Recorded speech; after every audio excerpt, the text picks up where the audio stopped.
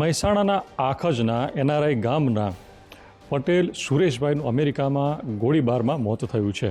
મારી પાછળ આપ જે ઘર જોઈ રહ્યા છો તે સુરેશભાઈ પટેલનું છે।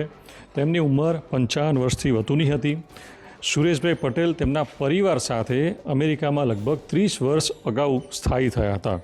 આજે સમગ્ર ઘટના બની છે તેની વિગતો જોઈએ તો સુરેશભાઈએ લગભગ એક સપ્તાહ પહેલાં અમેરિકાના ટેનેસીના જેક્સનમાં નવો સ્ટોર શરૂ કર્યો હતો અને આ સ્ટોરને એક જ સપ્તાહ થયું હતું। તે દરમિયાન એમની દીકરી સાથે તેઓ એમના સ્ટોરથી નીકળી જ રહ્યા હતા અને એ દરમિયાન એક અજાણ્યો શખ્સ ત્યાં આગળ આવે છે બુખાનીધારી અને તેણે અચાનક આ સુરેશભાઈ પટેલ પર ગોળી ધરવી દીધી અને તેમનું ઘટના સ્થળે જ તેમની 19 વર્ષ દીકરીના નજર સમક્ષ એટલે કે દીકરીની સામે જ પિતાનું મોત થઈ ગયું અને સુરેશભાઈ પટેલ કે જે પાટીદાર સમાજના એક અગ્રણી હતા અને 30 વર્ષથી તેઓ અમેરિકામાં પરિવાર સાથે વસવાટ કરતા હતા। જાણવા મળેલ માહિતી મુજબ તેમના લગભગ 6 કુલ ભાઈઓ હતા, એમાંથી એક સુરેશભાઈ કે જેમના ત્યાં એમનું મોત થયું છે।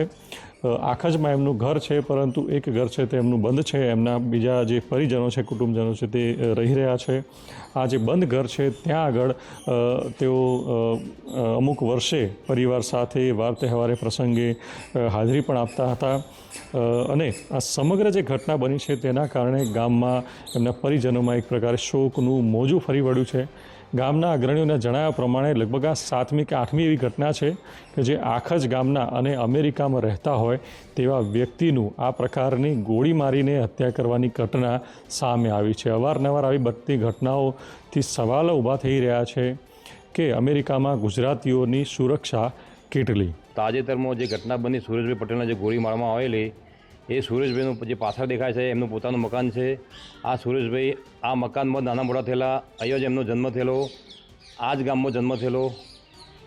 20 ઓગસ્ટના દિવસે તેમને શિકાગોથી ટેનેસીની અંદર જેક્સનમાં પોતાનો નવો સ્ટોર ચાલુ કરેલો। આ સ્ટોર પોતે જ્યારે બંધ કરી અને નીકળવાના હતા તે સમયે તેમની એક દીકરી 19 વર્ષની જોડે હતી।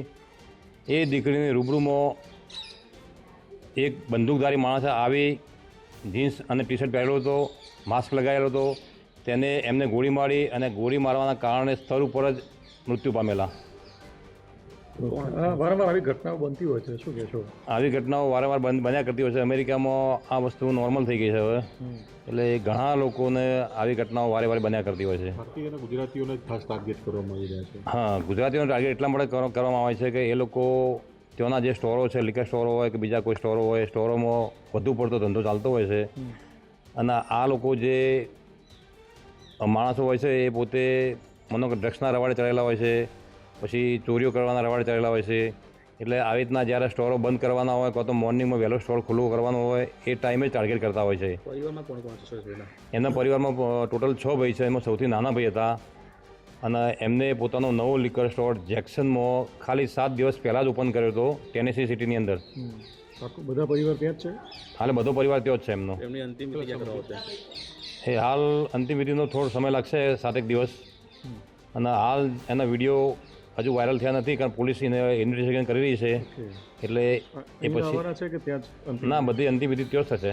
હવે જોવું એ રહ્યું કે આ બાબતે સરકાર અમેરિકન એમ્બેસી સાથે કોઈ વાતચીત કરીને કોઈ નિવેડો લાવે છે કે પછી આ શું આ પ્રકારની ઘટનાઓ બનતી રહેશે અને શું આ પ્રકારે જ ગુજરાતીઓ, ભારતીયો અસુરક્ષિત રહેશે તે સવાલો છે। મહેસાણાથી મનીષ મિસ્ત્રી, ગુજરાત તક।